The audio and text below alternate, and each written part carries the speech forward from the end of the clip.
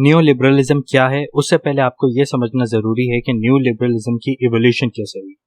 दरअसल एक वक्त था जब सोसाइटी फ्यूडल सिस्टम के तहत चलती थी, यानी एक तरीके से ज़िंदगी गुजारी जाती थी और एक तरीके का लाइफ स्टाइल था। मीन्स ऑफ प्रोडक्शन भी सेम थी और ट्रेड पैटर्न भी सेम थे। इस सोसाइटी में जो टॉप की पोजीशन थी वो किंग होल्ड करता था, जिसके फैसले अनडिस्प्यूटेडली सबको मानने पड़ते थे। और फिर हुआ कुछ यूं कि एनलाइटनमेंट पीरियड आया और जो societal norms group of people यानी society as a whole centred होते थे वो इंडिविजुअलिज्म की तरफ फोकस होना शुरू हुए। और फिर ये नोशन जन्म लेना शुरू हुए कि जो इंडिविजुअल है वो सोसाइटी का सिर्फ पार्ट नहीं, उसकी अपनी भी पहचान है, उसकी अपनी भी सोच है और अपने भी बिलीफ है। लिहाजा उसको आज़ाद, उसकी लिबर्टी देना, उसका फ्रीडम देना ये लाजमी है। चूंकि इंसान सिर्फ आइडियाज, बिलीफ और परसेप्शन तक तो महदूद नहीं, उसकी ज़िंदगी में उसके मुआशी हालात बहुत मैटर करते हैं। लिहाजा उसके मुआशी हालात में भी उसको फ्री करना, उसकी लिबर्टी देना ये लाजमी है। अब सवाल ये उठता है कि आज़ादी किस चीज़ से? शुरू में तो किंग होते थे जिनसे आज़ादी लेना बहुत मुश्किल होता था, लेकिन जब इंडस्ट्रियलिस्ट सोसाइटी इमर्ज हुई और गवर्नमेंट्स ने रिप्लेस किया किंग को और डेमोक्रेसी प्रिवेल हुई, तो साथ साथ ये थॉट्स भी इमर्ज होना शुरू हुई कि गवर्नमेंट का रोल कम से कम होना चाहिए। इस थॉट के मेन प्रोटोगोनिस्ट एडम स्मिथ थे। वो अपनी book the wealth of nation में आर्ग्यू करते हैं कि गवर्नमेंट का रोल लोगों के बीच में कम से कम होना चाहिए ताकि वो लिबर्टी और फ्रीडम के साथ अपने मुआशी काम को अंजाम दे सके। फिर हुआ यूं कि अमेरिकन गवर्नमेंट ने मार्केट को डीरेगुलेट करना शुरू कर दिया। बहरहाल लिबरलिज्म से काफ़ी तरक्की तो मिली अमेरिका में, लेकिन साथ साथ एक मुआशी तबाही भी हुई जिसका नतीजा हमें 1929 के द ग्रेट डिप्रेशन में मिला।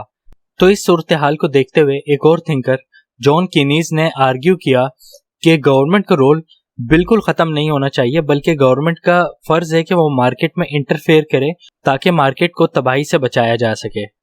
तो एक चीज़ यहाँ नोट करने की है, जो कीनीज का आर्ग्यूमेंट था वो लिबरलिज्म से बिल्कुल अलग था, क्योंकि कीनीज आर्ग्यू कर रहे थे कि मार्केट में इंटरफेयर करे गवर्नमेंट और लिबरल्स कह रहे थे कि मार्केट में बिल्कुल इंटरफेयर ना करे गवर्नमेंट। तो ऑलरेडी मार्केट में इतनी तबाही हो चुकी थी द ग्रेट डिप्रेशन के बाद, तो इस वजह से गवर्नमेंट ने इंटरफेयर करना शुरू किया और लिबरलिज्म थॉट्स का एक तरीके से रिवर्ट किया गया। इस बात का आइडिया आप इस चीज़ से भी लगा सकते हैं कि शुरू में 1940 से 1980s तक जितनी भी कंपनीज होती थी उनमें अमेरिकन गवर्नमेंट का रोल जो होता था, बल्कि अमेरिकन गवर्नमेंट के अलावा काफ़ी मुल्कों की गवर्नमेंट का रोल काफ़ी ज़्यादा होता था। फॉर एग्जांपल जितनी भी टेक्नोलॉजी या इनोवेशंस होती थी वो सारी बैक बाय गवर्नमेंट होती थी। फिर वक्त आता है 1980s का। अब 1980s में हुआ कुछ यूं कि कम्युनिज्म को डिफीट हुई कैपिटलिज्म से। अब कैपिटलिज्म बिल्कुल लेजर फेयर इकोनॉमी की बात करता है, यानी गवर्नमेंट का रोल बिल्कुल मिनिमम। तो लोगों को लगा कि कैपिटलिज्म जो है ये एक तरीके से बहुत बेहतरीन निज़ाम है और यही प्रोस्पेरिटी जो है और डेवलपमेंट जो है ये ला सकता है। तो लिहाजा अब जो लिबरल थॉट्स हैं उनको एक डोमेस्टिकली यानी कि एक मुल्क में की हद तक महदूद ना रखा जाए, बल्कि पूरी दुनिया में फैलाया जाए। तो इसी तरीके से लिबरल थॉट्स जो हैं वो री इन्वेंट हुई न्यू लिबरलिज्म में। न्यू लिबरलिज्म यही है कि पूरी दुनिया में ओपन मार्केट होनी चाहिए, जो ट्रेड बैरियर्स हैं उनमें गवर्नमेंट का रोल बिल्कुल कम होना चाहिए और जो मार्केट है उनको इटसेल्फ रेगुलेट करने दो, ना कि गवर्नमेंट की इंटरफेरेंस की वजह से।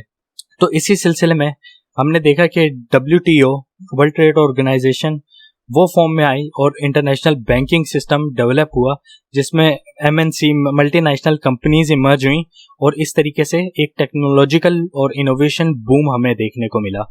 2008 का जो इंटरनेशनल फाइनेंशियल क्राइसिस था उसने एक बार फिर दुनिया को शॉक किया और दोबारा से रीथिंकिंग की तरफ मुतवज्जह किया। और जो न्यू लिबरल थॉट्स हैं क्या ये वाकई तरक्की दे सकती हैं?